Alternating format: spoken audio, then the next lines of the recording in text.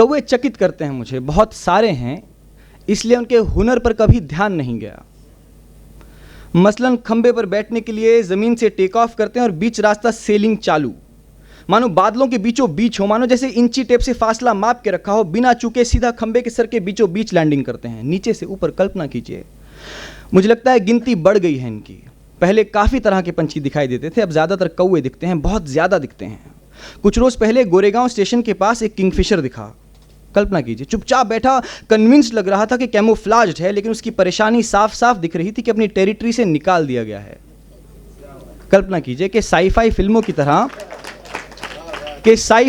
की तरह एक ईवल कौवे ने टेक्नोलॉजी चुराकर बना दी हो अपने हजारों लाखों क्लोन और नजरें मिला मिलाकर बना रहा हो सबको अपने जैसा। कल्पना कीजिए, आपकी खिड़की पर आकर जो ड्रिफ्ट मारता है वो कौवा नहीं, कबूतर है, हंस है, या जो कोयल आपको दिखाई देती है मन से कौवा हो चुकी है, कू कू नहीं काएं काएं करती है। शहर के तमाम पंछियों की जात बदल गई है। कल्पना कीजिए, आप जो भी हैं आप वो नहीं थे, आप बुलबुल थे, ड्रोंगो थे, पैराडाइज फ्लाई कैचर थे, पर अब आप कौवे हो गए हैं। आपके घोंसले में कोयल के अंडे हैं जिनसे आप इल्म भर की दूरी पे हैं।